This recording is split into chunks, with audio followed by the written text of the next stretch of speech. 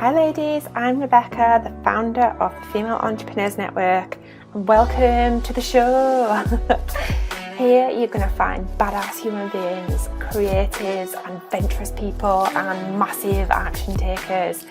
If you need any more support or love, head over to the femaleentrepreneursnetwork.com to find everything that you could ever possibly need. Always remember to speak your truth, be who you are, because you are always enough. And there is someone out there who needs to hear your message today. Enjoy this episode, and if you love us, share us with your mates. I love you all, Rebecca. Welcome, Jessica, to the podcast. Good morning. I am so excited to welcome you in. Welcome, Jessica Joy. Jessica is a writer and editor in content marketing. But look, I'm going to let you take over and tell our listeners what you do and who you are. Thank you so much, Rebecca. I'm so happy to get to chat with you.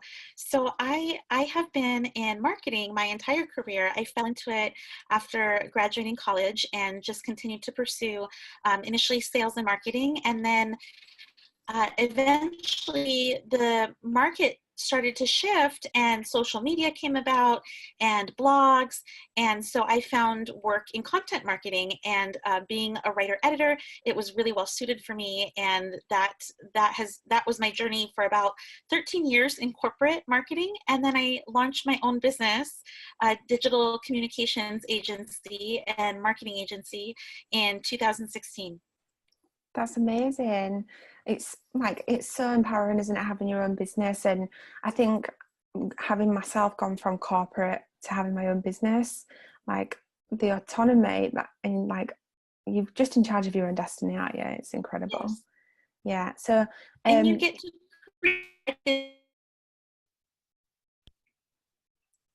sorry, it cut out a little bit then. I said, and you get to create a legacy, something for the future. Yeah, it's so important. Okay, so let's go right to the beginning of the journey then. So what happened? How did you become entrepreneurial? Was it something that happened, or did it what was the journey that led you to where you are? So what's really different about my journey is that unlike some people that have maybe grown up entrepreneurial or had some kind of idea about starting a business, I actually never saw myself as an entrepreneur. I didn't really even know what that meant. And but in 2015, I just got to the point in my corporate life where I had really maxed out and hit that glass ceiling, and other men were getting higher paid positions and greater responsibilities in leadership, having less credentials than myself, sometimes half the credentials or even less than that of myself.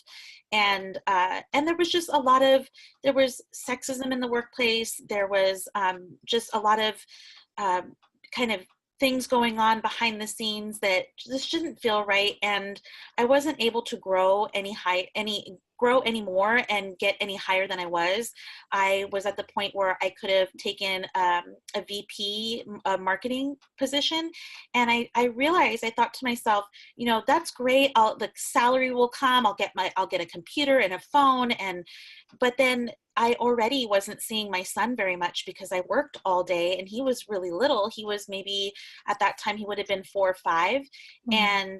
And I just realized, I'm going to be chained to this job.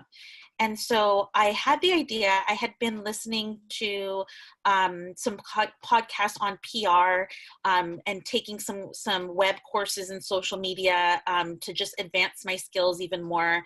At that time, I was working on a blog in the nutrition and fitness space. So I was managing the entire blog and the marketing behind that, and an app and everything. And I loved doing the actual work, but just the environment wasn't right for me anymore. And so I was inspired by the Freelancers Union and the Women Speakers Association and some other organizations that I was starting to tune into to break out and go into a freelance position. And so I asked for to go half time at my job so that the other half of the time I could freelance. And I was actually offered a position to teach at FIDM, the Fashion Institute of Design and Merchandising in Los Angeles, which is a globally well-known school, and for fashion design, marketing, and merchandising. And I taught in marketing and social media, and I taught some writing classes there. And then I took a couple freelance jobs in outside of that, and that filled up half of my time. So I was doing that, but at the same time, because I didn't know what I was doing and I just kind of jumped in, I didn't have all the right skills in terms of time management or understanding how to really budget my money so that I would have enough, 3 months ahead of time or 6 months ahead of time when I was taking jobs in that moment. And I wasn't saving correctly, and I fell, and I ended up being significantly underpaid. I didn't have negotiation skills. So, those jobs that those other men got ahead of me in corporate, I was in that situation again, where there wasn't necessarily someone trying to get ahead of me, but I wasn't able to be empowered to negotiate for myself. So I was being paid very, very low rates, and it wasn't livable. And so I ended up going full-time freelance. So I thought, okay, I'm going to get some more jobs on my resume, some more brands on my resume. I'll be able to take more jobs so I can make more. But what ended up happening is just I took lots and lots of jobs for little pay, and it added up to just maxing out my bandwidth, and I was just barely making ends meet. So I thought to myself, and this was maybe 9 months later, I thought, this isn't working. I'm going to have to go back to corporate. And at that time, I was also pulling from my savings to be able to live and pay childcare and all the things that came with being a single mom at that time. And so I took this corporate job, and I was working again in content, and I was there for 3 months. And during this kind of whole period of that 9 months, and then the 3 months I was at that job, so about a year, I was suffering pretty significantly from mental illness that had been ongoing for many years of my life. And I had struggled to really break free from that and find peace and stability. And I did start taking medication, which really turned things around for me, but I was mismanaging that too. And so I wasn't in treatment. I wasn't doing therapy. I was having difficulty accessing medication with just issues with not being able to afford healthcare. All of a sudden, I went from having this corporate amazing healthcare to really not being able to afford my own healthcare while I was freelancing. So, and then I was making too much to qualify for Medi-Cal, which is our like our welfare system here that offers health insurance and food stamps and things like that. So I was just in this weird in-between space, and I wasn't taking my medication properly and not in treatment. And I was right away, I was let go. And that was the beginning, kind of the end of that year where I'm living off my savings. And that was in June. By the second week of August, which was a week after my son's 7th birthday, I lost my apartment, and I saw it coming ahead of time. So because of that, I scrambled to seek treatment for myself, make sure I could get some medication. I had friends trying to help me, and ultimately I saw it coming a mile away. And so I started calling shelters in the area. I was living in the San Fernando Valley in Los Angeles, and all I could think of was, we can't end up downtown. We can't be anywhere near, where Skid Row is, and that environment. It just wasn't going to be right for myself and my son. So I was seeking family shelters that were more stable, safe, clean. And I found a shelter called the San Fernando Valley Rescue Mission. And within a month, we moved in and we lived in the shelter for another 5.5 months. And Wow. and back to and to circle back, at that time, I had nothing to lose, and so I had already, in my mind, I had already failed so much that I couldn't get any lower, and that's where I started my business. I actually decided, the freelance didn't work for me, but I had learned a lot of lessons. And so from being homeless, I actually was involved in a program with Pepperdine University. And through this business program and certificate, I spent 16 weeks writing my business plan, learning about business, learning about finances, and putting together marketing. And I launched my digital agency and started out in social media with that agency.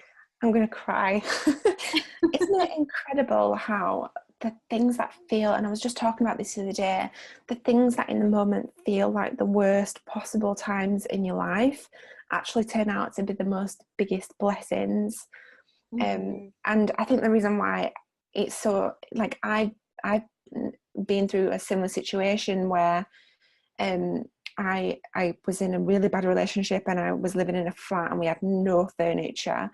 Just 10 years ago, we had no furniture, no curtains. I didn't even have a bed. And, at that time, it couldn't get any lower, like, Right. it felt like the worst of the worst.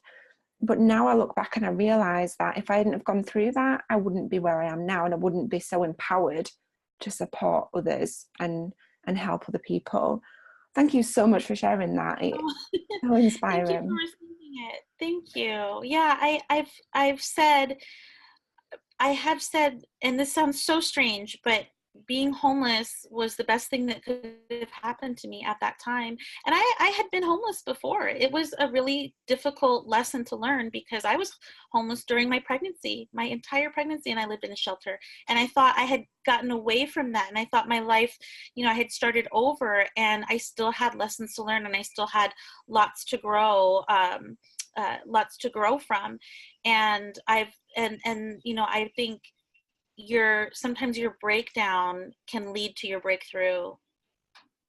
Yeah, so much. I've got goosebumps.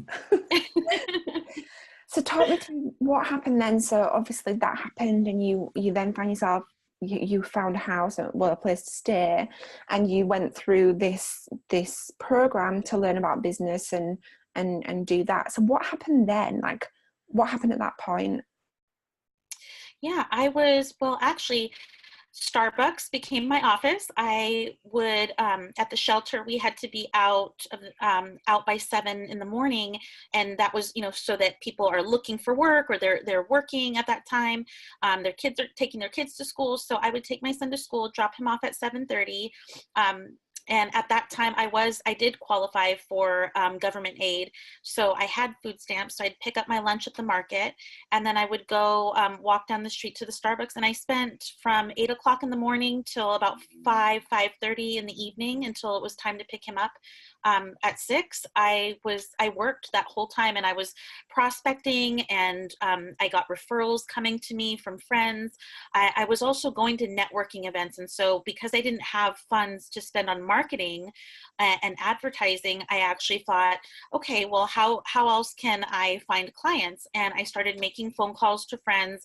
I would go to free networking events or really low cost networking events where, anything that was like $25 and under, and that was in the women's empowerment space or women entrepreneurial space, I was there. And I really wanted to just absorb as much as I could and be around these women that were doing amazing things in business, because it was learning, I was learning from that. So I was going to these networking events, and I made business cards. So every time I started talking to people, I would talk to someone and mention what I did. It's insane. I said, I need you. I need that. Can you do that for me? So I started working in social media primarily, and started building up my clientele. And but at that time, oh, there's my kitty cat. At that time, I was data entry and marketing admin online. So I actually had 3 data entry type jobs at about $10 an hour. And what my goal was, and I accomplished this, was every time I could get one or two clients that could replace that income that was coming in from those data entry jobs. I would then get rid of one of those jobs, and then I would go after, and then I would be able to get rid of the next job. And eventually I didn't have to do any data entry anymore. And I was working in this space that I loved, and I was thriving, and my business was growing. And I was learning a lot of lessons. And so, interestingly, people didn't know at that time. Now I'm speaking out about being homeless and starting my business because I feel a responsibility to help somebody. Maybe my message or my story is going to help some woman, either maybe inspire her or motivate her to push forward, or help prevent someone from going through them and making the mistakes that I made. So now I'm sharing, but at that time I was hiding. And I had a few nice outfits that I had brought with me, and I would wear those, but to these networking events and consultations with new clients that I was meeting, and referrals were coming my way from doing the social media work that I was doing for these clients. And little did they know, I was commuting on the bus and living in a shelter. I ended up teaching also. I picked up a teaching job where I did some co-teaching at General Assembly, and the entire time I was homeless and nobody knew.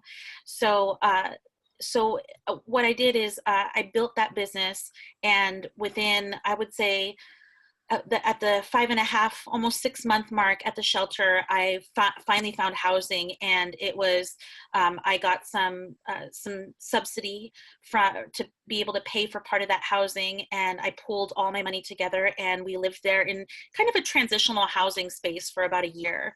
And through that time, I was constantly growing and growing my business, and I joined 2 professional women's organizations that really helped me connect with other business women, and I started to see what this entrepreneurial thing was all about. Yeah, wow. So it's just like an exact example of, it doesn't matter what's happened in your life, it doesn't matter where your journey's been, it just matters how determined you are and how much you want to succeed. Yeah. Right. So many people I found say, and I've heard people say to me all the time, like, oh, it's okay for you because you've got a really big online community, or it's okay for you because of whatever. But, we've all got a journey and we've all got a story. And I think people need to know that they can achieve anything that they want. It's just, they need to just know what it is that they want and start working towards it. Right, right. And Yeah. there were many resources made available to me. So I took advantage of them all because, again, I had nothing to lose. And so I might as well do something. And, all the counseling, and my son got free tutoring while we were at the shelter, and we had some help from the school. Um, I had therapy, women's groups, parenting groups. I did all of those things. Any help that I could get. I had an organization called LA Family Housing that I just did a very little fundraiser over my birthday for them. And I was so overwhelmed that people were so generous. And we were able to raise a little over $200 for LA Family Housing in just a week. And they were the ones that actually provided the subsidy to help me live in that apartment for that first year. And they gave us toiletries, they gave us cleaning supplies, home goods, and just people were amazing. People were amazing at that time. It's amazing. It's amazing. So what advice would you give to someone like who they may have found themselves in a bit of a hard situation and they just feel like there's no hope and there's no way out? That's a really good question. And, I look back, this was now a little over 2 years ago that I lived in that shelter. And I look back and think at my life now, and I still have struggles and I still have problems just like everybody else, but I've come so far. And to look back and see, wow, I never thought I was, down and out. I was at my rock bottom, but I did have that little spark of hope, I was able to kind of fan this little flame inside of me with every resource and every tool and every person that I met that I reached out to or accepted help from. It, the flame started to grow bigger and bigger. And I think the best advice I could give to someone who is maybe going through a challenging time is to just, first of all, mentally, I think you have to come to a point where you embrace the situation, because, and that's a hard thing to say, or it's easy for me to say now, but at that time, I really, initially I was devastated to become homeless and again, and I thought I had failed, and I had failed my son, and I had so much guilt. But then when we walked into that shelter, I walked in with open arms, and I just said, okay, I'm here, please help me, I'm ready to accept and receive the help.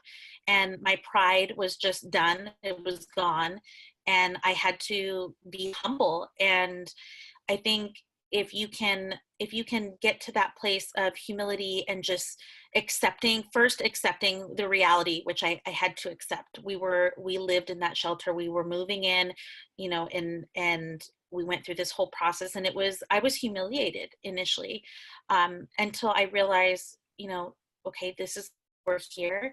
I can either be angry and go down that road, or I can accept where I am and even embrace that I'm actually giving, someone is reaching out a hand to help me, and there's help and resources here.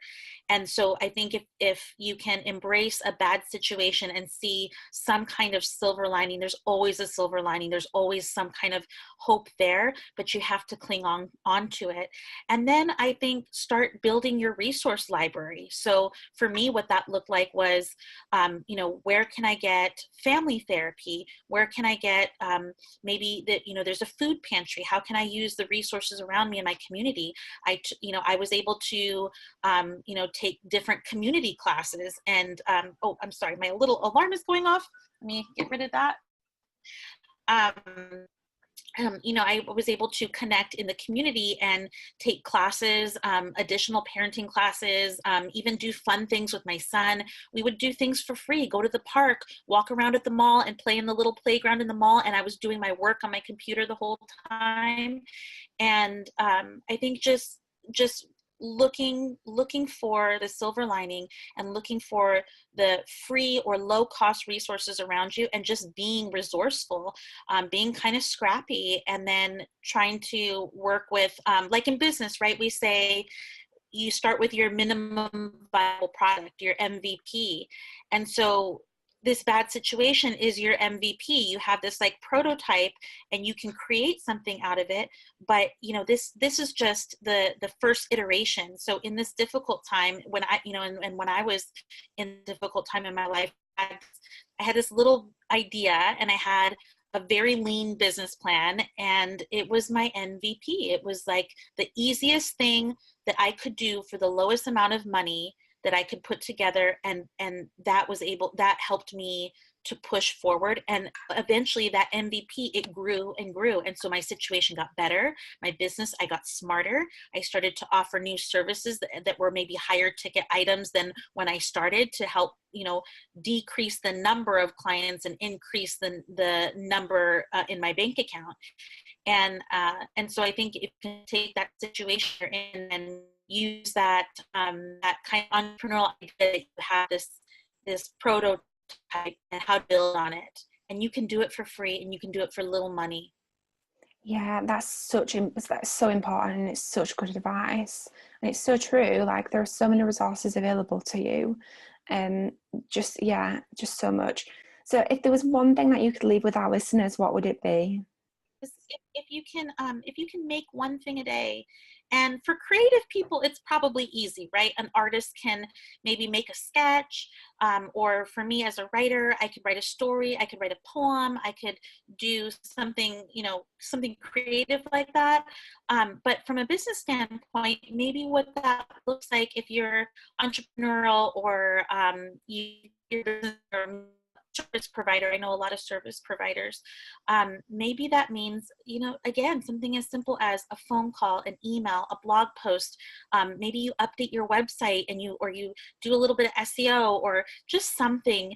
You do that one thing, and the one thing is that incremental step forward that moves your business forward. So make one thing that's going to move you forward so that the next day you can build on that one thing. And then you can look back at the end of the day and say, I made something, I did that. And it gives you, I think, for me anyway, it motivates me and it encourages me, because I realize I have the potential and I have the capability to go really far. If I can do this one little thing, I can do just one thing more and just one thing more and just one thing more. And eventually all those little things, they add up and they become big things. Yeah, that's so amazing. Thank you so much for being with us today. Thank you so much, Rebecca. This was lovely. Thank you for being here. Don't forget to always speak your truth and be who you are, because there is someone out there today who needs to hear your message. And if you need anything from us at all, head over to thefemaleentrepreneursnetwork.com and check us out. You'll find everything you could possibly need over there. Have an amazing day, and I'll catch you on the next episode.